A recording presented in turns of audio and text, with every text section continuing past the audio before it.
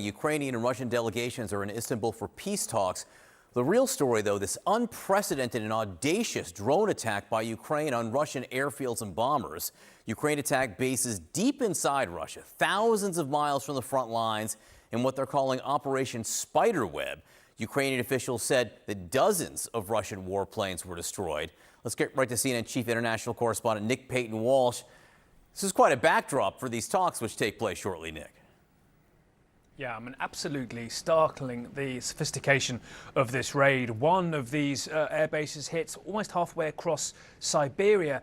The Ukrainian security service able to use mobile wooden homes. Essentially, the roofs of them seem to have opened up and allowed these clouds of drones remotely piloted to target some of Russia's most important long-range strategic bombers. 41 damaged, according to Ukraine's security service, at air bases that must have thought they were basically far enough away to be impregnable. Ukraine very keen to announce that all the people involved in this year-and-a-half-long operation have since left the country. And yet another sign of how Ukraine able to use its outsized use of technology to inflict significant damage on Russia's enormous military, something which frankly Kiev has always felt would be impregnable, but is increasingly showing its vulnerability over time. What does this mean? We don't know exactly what damage it's going to do to the nightly horrors inflicted on Ukrainian civilians by these long-range bombers. Some of them indeed were old enough they were still using propellers, but it's another sign that Ukraine is able to sometimes upset the balance, and as you mentioned too, a remarkable backdrop for these talks in Istanbul. Here's what Ukraine's President Volodymyr Zelensky at a NATO summit in Vilnius today had to say. Europe, together with America, has better weapons than Russia. We also have stronger tactical solutions.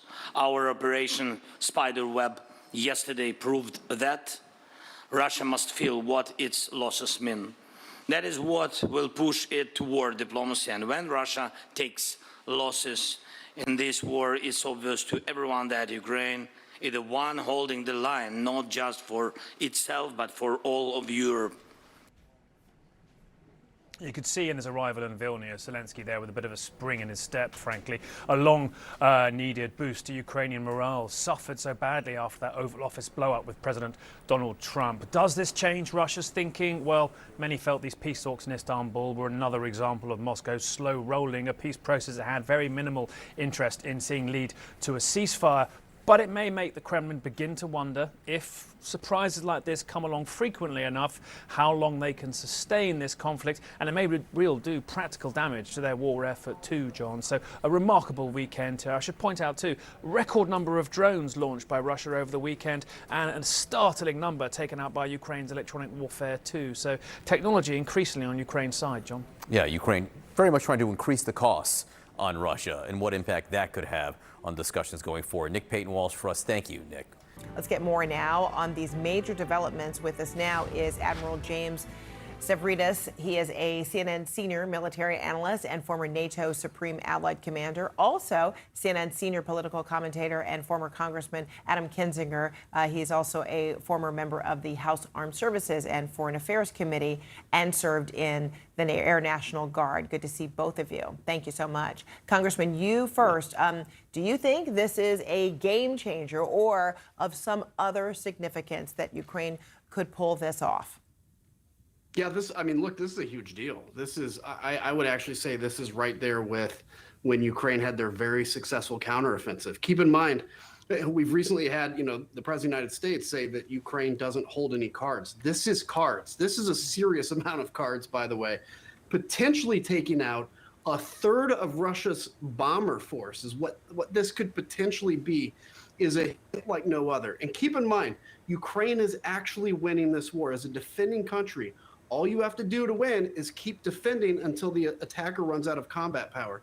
At the beginning of the full-scale invasion, Russia occupied 30% of Ukraine. Today, it's 18%. They've lost 1 million men, casualties in that process, and now potentially a third of their bomber force. This is a really big deal, potentially going into negotiations. And keep in mind, up until this point, Russia's been attacking indiscriminately civilian targets in Ukraine all week, all month, and frankly, the entire war. So, Admiral, what does this say about Ukraine's, is it heightened intelligence gathering, or is it a new directive or strategy? It's all the above, and I'll add a couple. It is a clever tactic. What they did was put these drones, quadcopter drones, into trucks. They got them deep inside Russia. A way to think about these strikes, this would be like launching from Washington, D.C. and attacking targets in Los Angeles. I mean, Russia's a huge country, largest in the world. These strikes are at distance, exactly as Congressman, and by the way, you left out his most important credential for this conversation. He's an Air Force pilot, so he really understands the air distance equation and how remarkable this is. So, Fred, put together the unmanned technology, the intelligence of the locations, and the military savvy to load it on trucks, get it across this vast country, launch it at scale and at distance. I think it's a remarkable strike. I'm Greek American, so I've got to give you this. It's kind of the Trojan horse. It's these wooden crates that got pushed into the country, and suddenly sprouting forth from it are these warriors destroying all of these planes, none of them human beings. It's really quite a remarkable military feat. So then, Congressman, clearly Ukraine is likely preparing for some sort of retaliation, but at the same time, what does this kind of successful, attack from their standpoint do to the morale for Ukrainian fighters? This is huge for Ukrainian morale. This is devastating for Russian morale. Now, keep in mind in this process, we're going to see, so Ukraine is going to see how Russia responds to this. They've seen how Russia does or does not, in this case, does not defend their military bases, and they're going to adjust from that. There likely could be many more attacks like this, kind of on the perch, ready to go in Russia. And now all of a sudden, Russia has had to go from defending its air bases and its military stuff, basically, within 500 or 1,000 kilometers of the front line, to the entire amount of Russia. And keep in mind, they're already almost out of air defense as it is. They had to move almost all their air defenses to Moscow just to defend their parade. So this is a big deal. And for Americans, it's important to remember this. We have a choice. We can either help Ukraine defend itself, and if we do, we'll have a bit of a say in how Ukraine defends itself. If we don't, Ukraine's got to do what they can do. And again, it's important to keep in mind, every one of these targets today was a legitimate, under the rule of war, legitimate target for Ukraine to strike. What you will see in the Russian response is an attack on schools, on hospitals, on civilian infrastructure, because that's what Russia does. Ukraine fights fair, Russia goes after civilians. And then now, Admiral, all this taking place, on the eve, give or take a few days of, this meeting that is supposed to be taking place in Turkey between Russia and Ukrainian representatives. How might this either change the dynamic, apply more pressure, or might it mean a complete retreat from even having talks like this, meaning Russia retreating? I wouldn't be surprised to see the Russians put a freeze on things. On the other hand, more likely they'll try and kind of brazen their way through it and say, we caught all the people who did this. There'll be a bunch of roundup, the usual suspect operations. Ukraine, by the way, was very careful to point out that everybody involved in this is already back in Ukraine, so anybody you arrest, Russia, is wrong. I believe that, frankly. And then secondly, again, the innovation on display here, I think, is really what you have to focus on. And so I would say the talks probably freeze momentarily, then they'll move forward. Hey, final thought for you as I watch this as a former Supreme Allied Commander of NATO. People ask me a lot, hey, do we really want to take Ukraine into the alliance? When this war is over, this is going to be a country manufacturing 2 million, maybe 3 million drones a year. They'll have the most highly blooded, motivated military force on the continent. Do we want them on Team NATO? Man, I do.